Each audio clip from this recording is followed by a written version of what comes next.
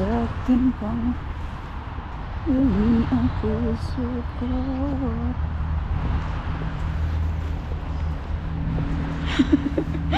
First honor.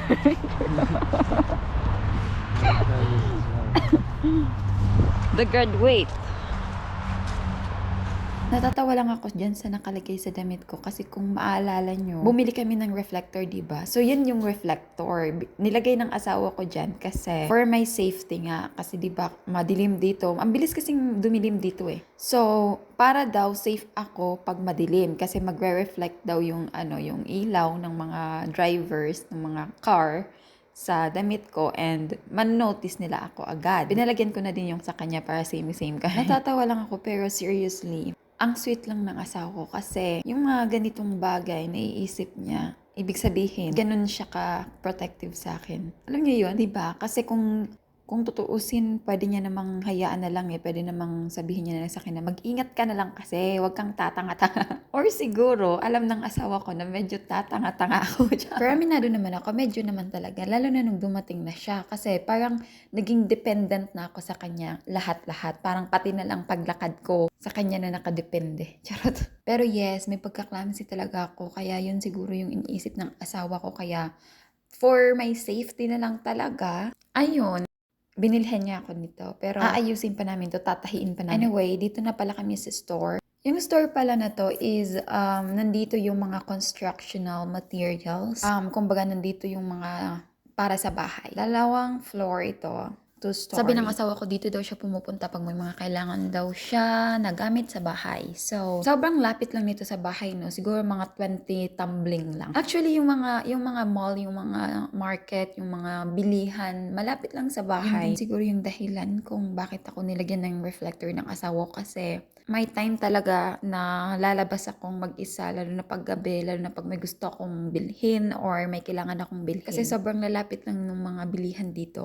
Natatanaw ko nga siya dito as in pagtingin mo dyan sa labas sa may window namin is nandyan na yung bilihan. Sobrang busy place din to kasi maraming ang bilihan. So, madaming cars.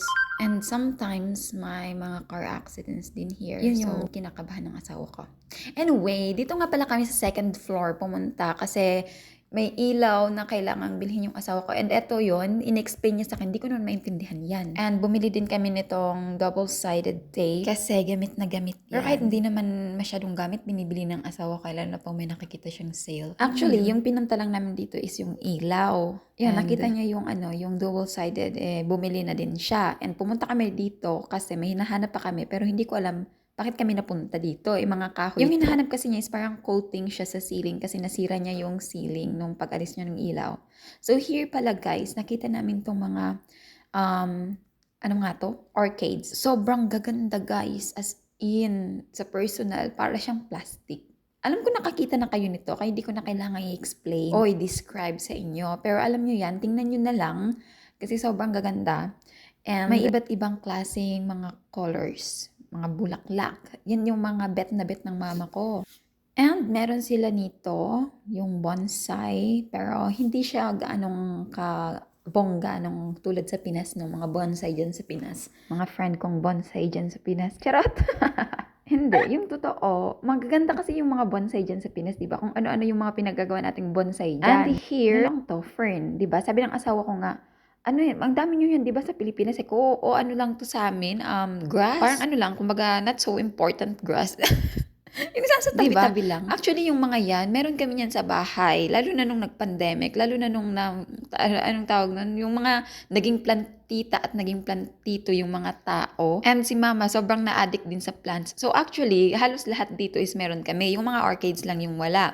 So eto, meron kami yan. Pero tinapon ko na din to kasi sobrang naiirita ako pag nakikita ko kasi hindi naman siya maganda. I mean, maganda siya, pero hindi ko lang siguro na-appreciate. Kasi medyo, hindi kasi naalagaan, lalo na nung medyo natapos na yung pandemic. So, medyo hindi na, napabayaan na yung mga plants. Naging na yung mga tao, naging busy na kasi nakalimutan na yung mga plants na pinagbibili na, basta diba, naalala niyo yung mga naging plantito at plantito yung mga tao sa Pinas. Sobrang nagmahalan din yung mga plants. Pero here, sobrang, ang mamahal din ng mga to, no? So, sa Pinas, pinupulot at hinihingi lang natin to sa kapitbahay. Halimbawa, yung cactus. Pag may nakita ka niyan sa kapitbahay, pwede bang pahingi ako ng ano yan, yung, ano bang, basta may kinukuha kang part, di ba dyan, tapos yun lang yung itatanim mo. Dito, kailangan mong bilhin, be. Pwede ko namang maghingi. Siguro sa mga kapwa mo Pilipino, pero wala eh. Yung mga Pilipino dito ay nagtatago. Wala akong nakita mga Pilipino dito eh. Ito yung pinaka nagandahan ko dito. In fairness dito ha. Meron kaming ganito sa Pinas, pero wala, hindi siya gumaganyan, hindi, walang bulaklak na ganyan, be. Paano ba kasi? Hindi ko alam kung paano pinalalabas yung bulaklak na yan. Pero sobrang ganda nun ha. Pero tinapon ko din kasi naiinis ako. Meron kami nito, yan. Halos yan lahat. Actually, yan lahat. Hindi naman yan lahat, pero almost. Kasi yung kapatid kong si Mary, mahilig din siyang pumunta sa kapitbahay at sa mga tao na alam niyang mahilig sa plants and humihingi siya. So here is umaabot na yan ng 7 euros. And ito yung pinaka, as in, sabi ng asawa ko, meron kayo nito, diba? Dun sa may part na kung saan kayo naglalabas. Ako, yes, yan yung pitugo. Actually, yung pitugo, maganda siya. Kasi parang siyang plastic talaga, pero totoo siya. And yun yung maganda. Kaya nandun pa siya sa bahay. Actually, medyo malaki na siya. And here pala, tapos na. Nagbayad na kami.